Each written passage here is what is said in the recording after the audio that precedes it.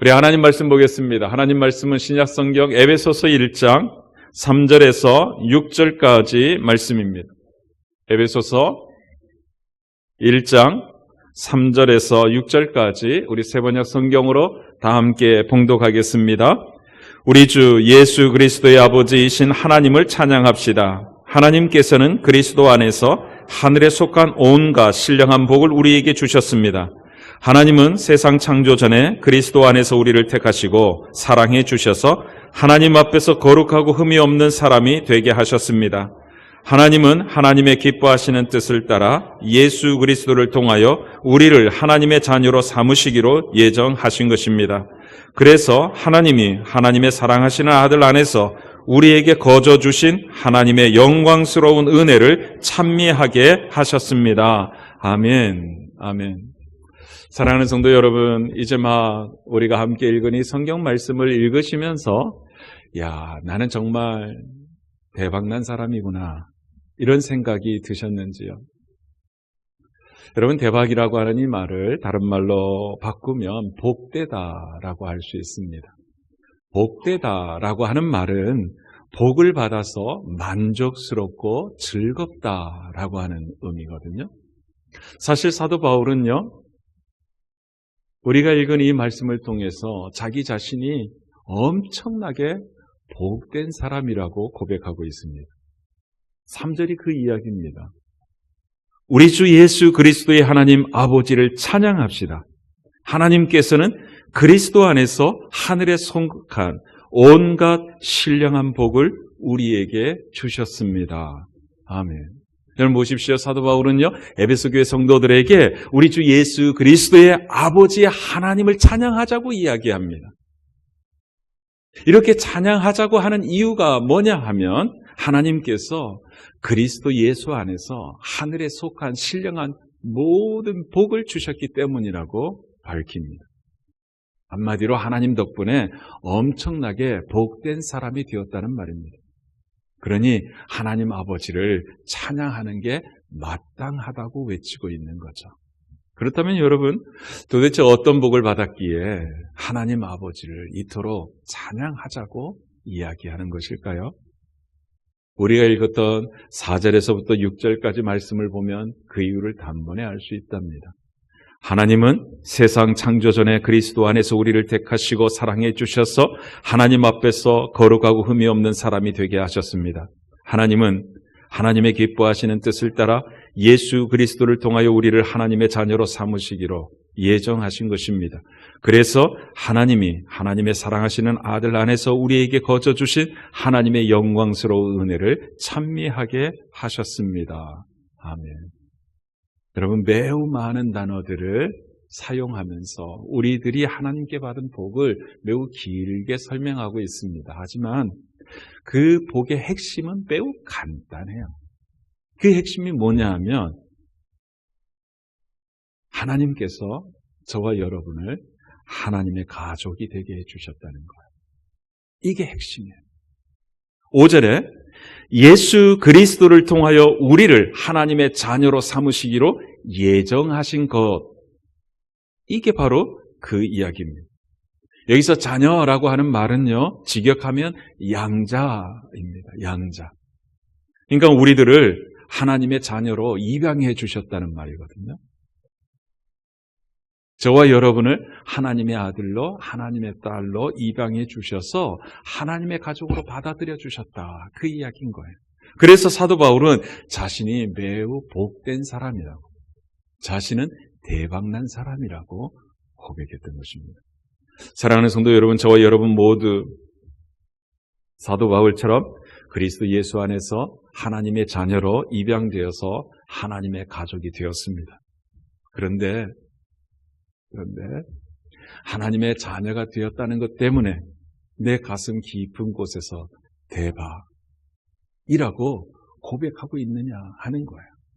정말 나를 자녀 삼아 주셨다는 이 사실 하나 때문에 내 자신이 정말로 복된 사람이라고 생각이 들고 기쁘고 즐겁게 하나님을 찬미하고 있느냐 하는 거예요. 별 이렇다 할 감흥이 없으세요? 우리가 하나님의 자녀로 입양되어서 하나님의 가족이 되었다는 사실에 대해서 별 감흥이 없게 된 데에는 저와 같은 목사들의 죄가 참 큽니다. 세상적인 성공을 하나님께서 주신 최고의 복으로 둔갑시켜 버리는데 1등 공신으로 활약한 사람들이 다 목사들이기 때문이죠. 그런데 분명한 사실은 이겁니다. 우리 구주 예수님께서는 세상적인 성공을 복으로 우리에게 주시기 위해서 십자가에 달려 죽지 않으셨다는 사실입니다. 세상적인 복은 우리 주님께서 우리에게 주고자 하시는 복의 핵심이 절대로 아니라는 말입니다. 만약 그랬다면 이 땅의 모든 사람들은 다 억만장자가 되어야 해요. 특별히 예수 그리스도를 믿는 사람은 반드시 그래야만 하는 거예요. 왜?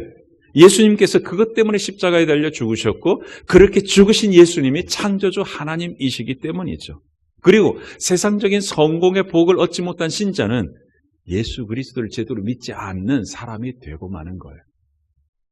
주님께서 우리를 하나님의 자녀 삼아주시기 위해서 십자가에 죽으셨음에도 불구하고 여전히 오늘날 교회 강단에서는 세속주의로 변질된 복음이 판을 치고 있다 하는 것입니다.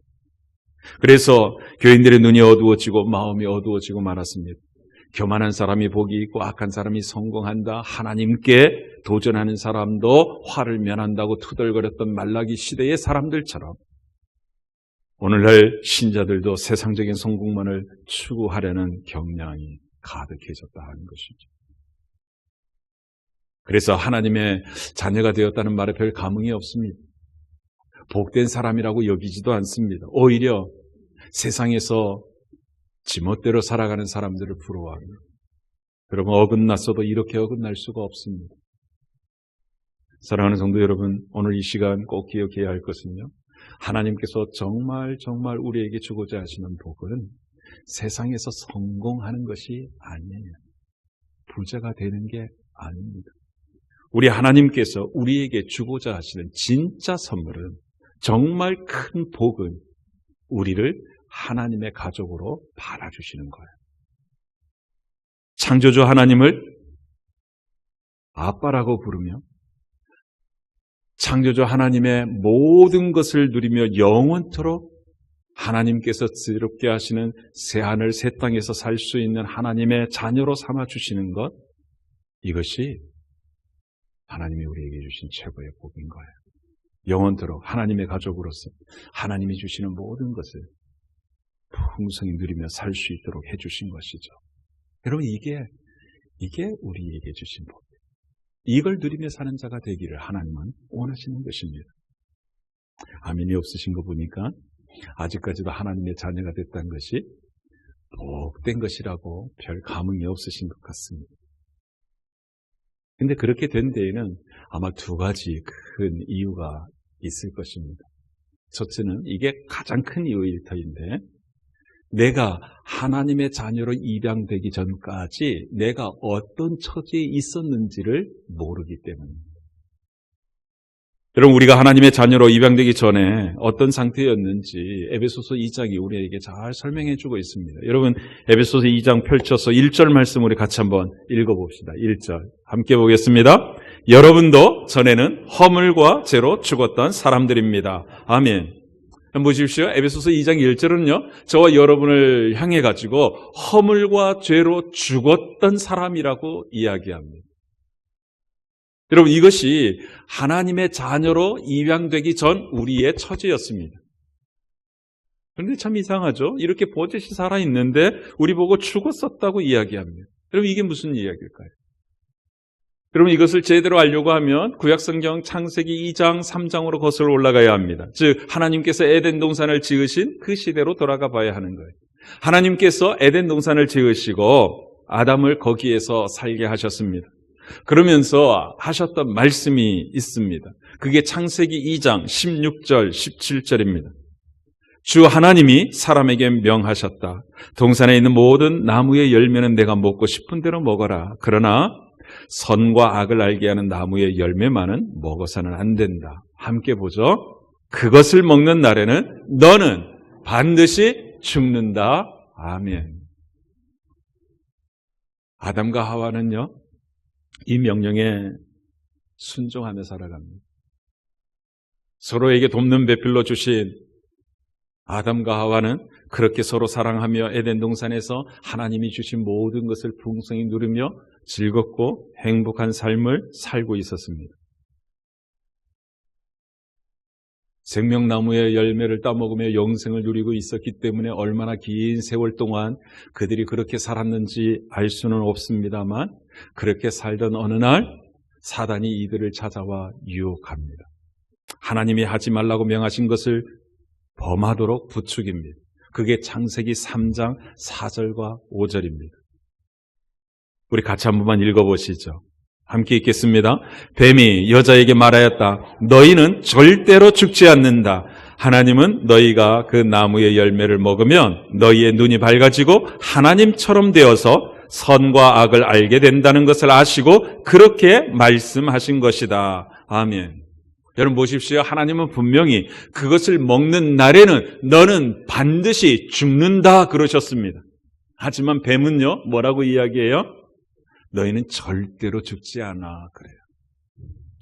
여러분이 뱀이 찾아오기 이전까지 아담과 하와가 실제로 선악을 알게 하는 나무의 열매를 따먹은 적이 없었기 때문에 그 열매를 먹으면 어떻게 되는지 이들은 알 길이 없었습니다. 그런데 사단이 거짓으로 유혹을 합니다. 그 이야기를 듣는 순간 그 마음속에 의혹이 생기는 거죠. 그런 의혹을 품고 있는 여자를 가만히 두지 아니하고 한술 더 뜹니다. 하나님은 말이야, 너희가 그 나무 열매를 먹으면 너희 눈이 밝아져서 하나님처럼 되어서 선과 악을 알게 된다는 걸 아시고 그렇게 말씀하신 거예요. 그들 마음속에 하나님과 같이 될 수 있다는 생각을 심어준 것입니다. 그렇게 아담과 하와는요, 사단의 유혹에 넘어가서 하나님을 배반하고 맙니다. 하나님의 은혜 안에 머물러 사는 것을 포기하고 맙니다. 사단의 유혹대로 선악을 알게 하는 나무의 열매를 따먹고 말죠. 왜 그런 거죠? 하나님처럼 되고 싶어서. 그렇게 그들은 하나님 아버지를 떠나 사단의 손을 잡은 것이죠. 그렇게 아담과 하와는요, 반드시 해야 할 것을 하지 못하고 반드시 하지 말아야 할 것을 하고야 만 것입니다. 이것을 에베소서 말씀에서는 허물과 죄라고 표현하고 있는 것입니다. 여러분, 허물이라고 하는 말은 원래 무슨 뜻이냐면 잘못된 발걸음이라고 하는 뜻입니다. 그러니까 들어서지 말아야 될 경것은 넘어선 것을 이야기하는 거예요. 그리고 죄라고 하는 말은 표적을 맞추지 못한다, 그 뜻이에요. 그러니까 반드시 해야 할 것을 하지 못했다는 것을 의미하는 거죠. 그러니까 이렇게 아담과 하와가 허물과 죄를 범한 결과가 뭔가, 창세기 2장에서는 내가 먹는 날에는 반드시 너는 죽는다 하신 하나님의 말씀대로 죽는 거예요. 죽는 거. 하나님의 영원하신 생명을 더 이상 누리지 못하는 유한한 존재로 전락하고 마는 것입니다. 이것이 하나님의 손을 뿌리치고 사단의 손을 잡은 결과였습니다. 그래서 이 땅에 태어나는 모든 사람들은 다 죽음을 맞이하게 되는 거예요. 영원히 사는 사람이 단 한 명도 없는 것입니다. 아무리 억만금을 쌓고 대단한 권력을 가졌다 할지라도 죽음 앞에는 너무나 무기력합니다. 더 비참한 것은요, 이 죽음이 육체적 죽음만으로 끝나지 않더라는 것입니다. 에베소서 2장 2절과 3절 말씀을 우리 같이 한 번만 읽어보시죠. 함께 읽겠습니다. 그때에 여러분은 허물과 죄 가운데서 이 세상의 풍조를 따라 살고 공중의 권세를 잡은 통치자 곧 지금 불순종의 자식들 가운데서 작용하는 영을 따라 살았습니다. 우리도 모두 전에는 그들 가운데에서 육신의 정욕대로 살고 육신과 마음이 원하는 대로 행하였으며 나머지 사람들과 마찬가지로 날 때부터 진노의 자식이었습니다. 아멘. 하나님 아버지 품을 떠나 사단의 양자가 되기로 결단하고 하나님을 등진 이후부터 이 세상 모든 사람들은 날 때부터 진노의 자식이 되고 만 것입니다. 공중의 권세 잡은 통치자 사단의 지배 아래 노인 신세가 되고 마는 거예요. 하나님을 섬기는 하나님의 자녀가 아니라 사단의 조종을 받는 사단의 노예로 전락하고 만 것입니다. 그런데 사단은요, 우리를 좋은 대로 인도하는 게 아니라 더욱더 하나님을 등지며 살아가도록 이끕니다. 멸망의 길로 치닫도록 우리를 이끌어 갑니다. 그래서 주님께서는 도둑이 오는 것은 도둑질하고 죽이고 멸망시키는 것이요, 내가 온 것은 양으로 생명을 얻되 더 풍성히 얻게 하려 함이라 하셨던 것입니다. 실상이 이런 줄도 모른 채 사단이 부추기는 대로 살아갑니다. 하나님의 말씀을 기준 삼고 사는 것이 아니라 자신의 육체의 욕심대로 이끌려 살아갑니다. 내 마음이 원하는 대로 살아갑니다. 그것이 하나님의 진노를 사는 일이라 할지라도 서슴지 않습니다. 하나님과 함께하는 영원한 삶을 망각한 채 이 땅에서 사는 이 유한한 삶에 집착하며 살아가는 거죠. 그런데 이렇게 날 때부터 진노의 자식으로 생을 마감하는 사람들의 말로가 뭐냐? 요한계시록 20장 11절 이하는 매우 분명하게 선언하고 있습니다. 한번 들어보십시오. 나는 크고 흰 보좌와 거기에 앉으신 분을 보았습니다. 땅과 하늘이 그 앞에서 사라지고 그 자리마다 찾아볼 수 없었습니다. 나는 또 죽은 사람들이 큰 자나 작은 자나 할 것 없이 다 그 보좌 앞에 서 있는 것을 보았습니다. 그리고 책들을 펴놓고 또 다른 책 하나를 펴놓았는데 그것은 생명의 책이었습니다. 죽은 사람들은 그 책에 기록되어 있는 대로 자기들의 행위대로 심판을 받았습니다. 바다가 그 속에 있는 죽은 사람들을 내놓고 사망과 지옥도 그 속에 있는 죽은 사람들을 내놓았습니다. 그들은 각각 자기들의 행위대로 심판을 받았습니다. 그리고 사망과 지옥이 불바다에 던져졌습니다. 이 불바다가 둘째 사망입니다. 이 생명책에 기록되어 있지 않은 사람은 누구나 다 불바다에 던져졌습니다. 아멘. 여러분 보십시오. 하나님의 말씀은요, 진노의 자식으로 태어난 사람들이 인생을 마감하는 그 말로는 육체적 죽음으로 끝나는 것이 아니라 주님이 이 세상을 심판하는 그날 마지막 하나님의 무서운 심판을 겪게 된다는 사실입니다. 주님께서 이 땅에 오셔서 이 세상을 심판하는 그날 이 세상에 살았던 모든 사람들이 다시 살아나 하나님의 심판대 앞에 서서 하나님의 준엄하신 심판을 받습니다. 그때 생명책에 그 이름이 기록된 사람들, 다시 말하면 하나님의 자녀가 된 사람들을 제외한 모든 사람들이 불바다에 던져집니다. 지옥에 던져졌다 그 말입니다. 그곳에서 영원토록 불의 고통을 겪으며 지내야 한다고 선언합니다. 요한계시록 20장 10절 말씀도 보면 분명히 이 사실을 밝히고 있습니다. 그들을 미혹하던 악마도 불과 유황의 바다로 던져졌는데 그곳은 그 짐승과 거짓 예언자들이 있는 곳입니다. 함께 보겠습니다. 거기에서 그들은 영원히 밤낮으로 고통을 당할 것입니다. 보십시오. 거기에서 그들은 영원히 밤낮으로 고통을 당할 거라고 이야기합니다. 여러분, 이것이 지옥에 던져진 자의 운명입니다. 여러분, 이것이 우리가 하나님의 자녀로 입양되기 이전에 우리의 처지였습니다.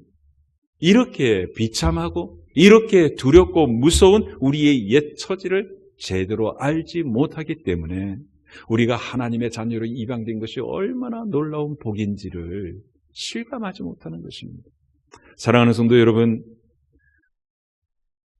우리 하나님께서 바로 이런 비참한 처지에 놓여있던 우리를 예수 그리스도를 통하여 구원해 주시고 하나님 자녀로 입양해 주셨습니다. 그것도 이 세상을 창조하시기 훨씬 전부터 우리를 하나님의 자녀로 택하시고 우리를 거룩하게 하시기로 작정하셨습니다.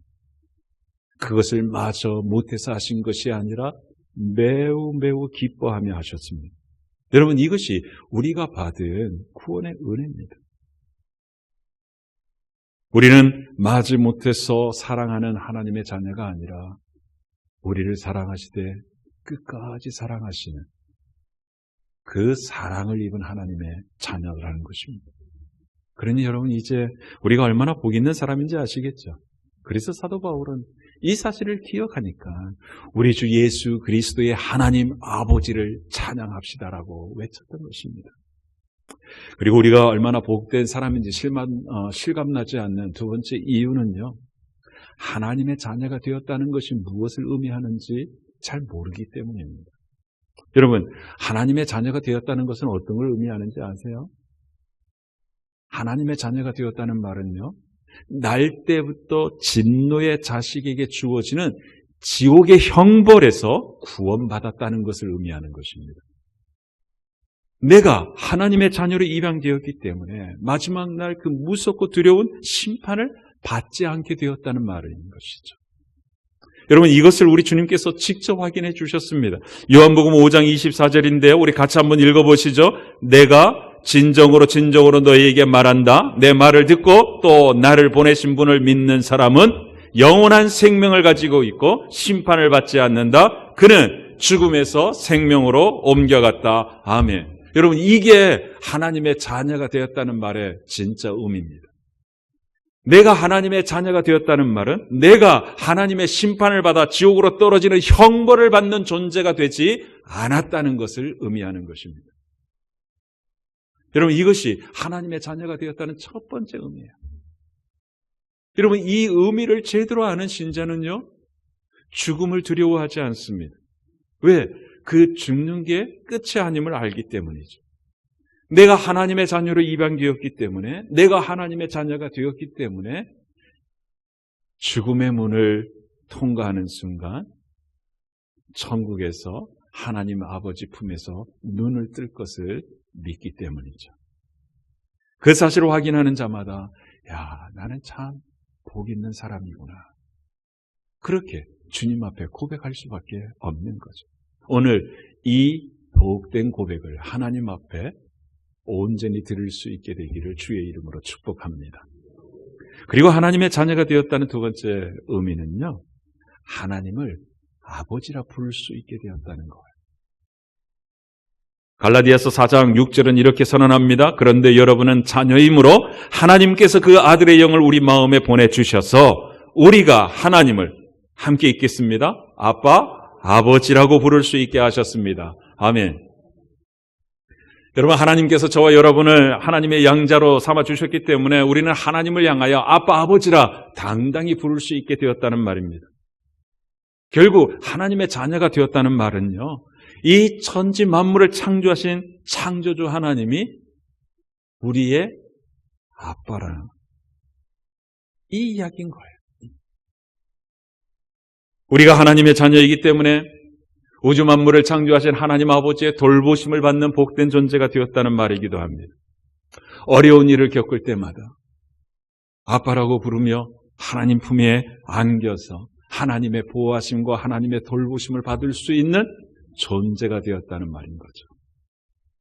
우주 만물을 지으신 창조주 하나님의 그 부요하심을 누릴 수 있는 언세가 있다는 거예요.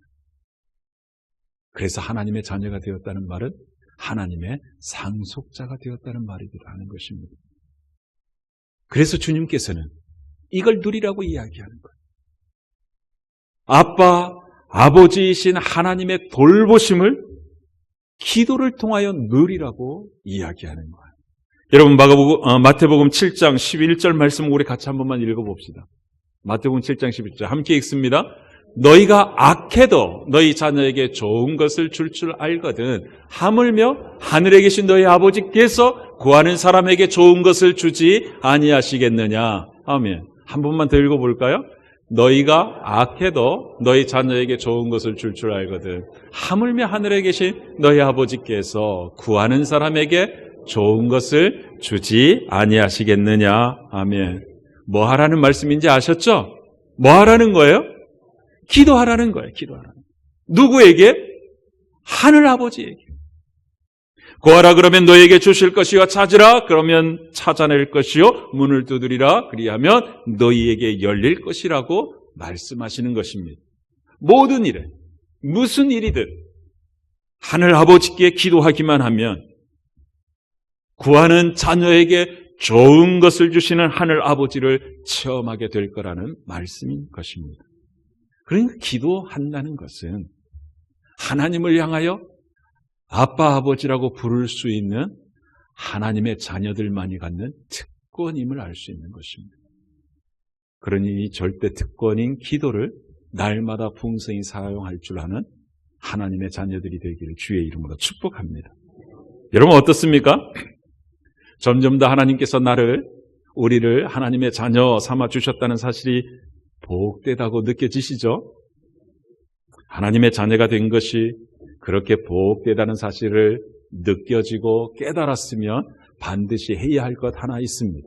그것이 6절입니다. 6절. 은혜를 베푸신 하나님 아버지를 찬미하는 것이죠. 같이 한번 읽어보시죠.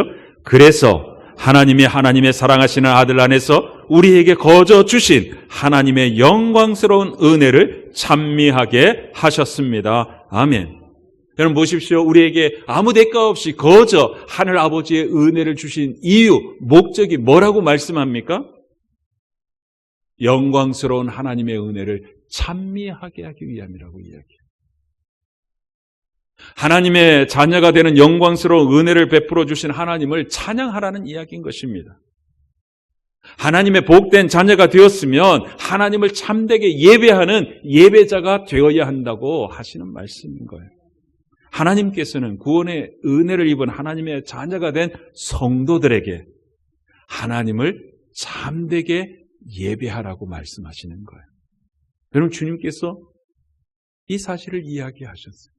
요한복음 4장 23절을 참되게 예배를 드리는 사람들이 영과 진리로 아버지께 예배를 드릴 때가 온다. 지금이 바로 그때이다. 아버지께서는 이렇게 예배를 드리는 사람들을 찾으신다. 아멘. 여러분 보십시오. 하늘 아버지는 어떤 사람을 찾고 계시다고 말씀합니까? 참된 예배를 드리는 하나님의 자녀를 찾으신다는 거예요. 그러면 참된 예배의 기준이 뭐예요? 영과 진리로 아버지께 예배 드리는 거예요. 영과 진리로 하나님을 예배한다는 말은 성령과 진리로 거듭난 하나님의 자녀가 되지 아니하면 하나님을 예배할 수 없다는 말이기도 합니다. 그리고 거듭난 하나님의 자녀들이 하나님이 주신 그 은혜를 바로 알고 드리는 예배여야 한다는 말이기도 하죠.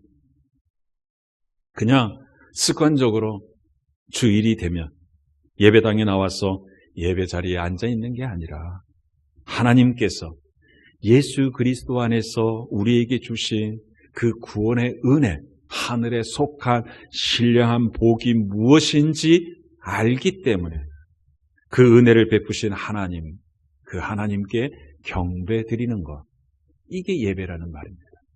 결국 예배는 하나님의 자녀들이 다 함께 모여 구원의 은혜를 베풀어 주신 하나님께 드리는 사랑 고백인 거예요. 사랑 고백. 여러분 연애할 때 어떠셨어요? 사랑하는 사람을 만나기 위해서 좀 야단법석 떠셨죠? 야, 이 옷 입어야 하나? 저 옷 입어야 하나? 무엇을 해야 그이가 좋아할까? 오늘 무엇을 먹어야 하지? 무엇을 마셔야 하지? 오늘 어디 가야 할까? 어떻게 시간을 보내야 하지? 그 설렘과 흥분은 경험해본 사람만이 아는 거죠. 왜 그렇게 두근거리고 설레였습니까? 그 이유는 하나죠. 사랑하기 때문입니다. 사랑하기 때문에. 그렇다면 여러분, 예배는 하나님을 향한 사랑 고백이라고 한다면 우리들이 드리는 이 예배에 이러한 설렘이 있는지요? 이러한 준비가 있는지요? 이렇게 부산스럽게 준비하는 과정이 있으신지요? 여러분 왜 그런 것들이 없을까요?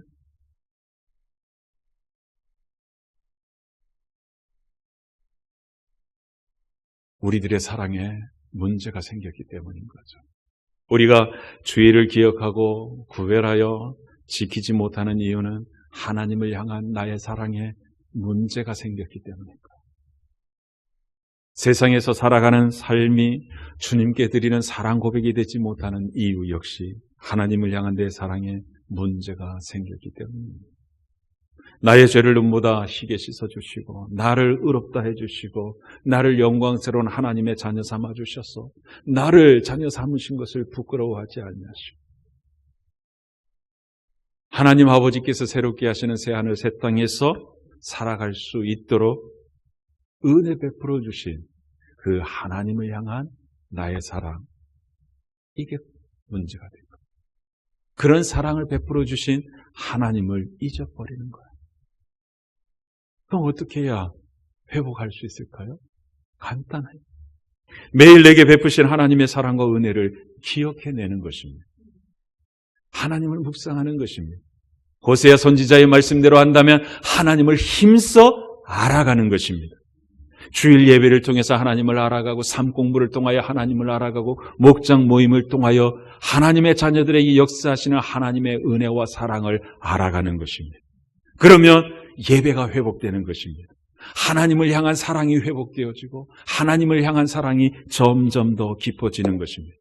사랑하는 성도 여러분, 저와 여러분 모두가 하나님을 이렇게 더욱 힘써 알아가는 것을 통하여 하나님 덕분에 복된 사람이 된 사람처럼 그 하늘 아버지께 합당한 찬양과 경배를 드리는 자가 되기를 주의 이름으로 축복합니다. 그런 삶을 주님 앞에 서는 그날까지 계속 살아낼 수 있기를 우리 구주 예수님의 이름으로 축복합니다. 기도하십시다.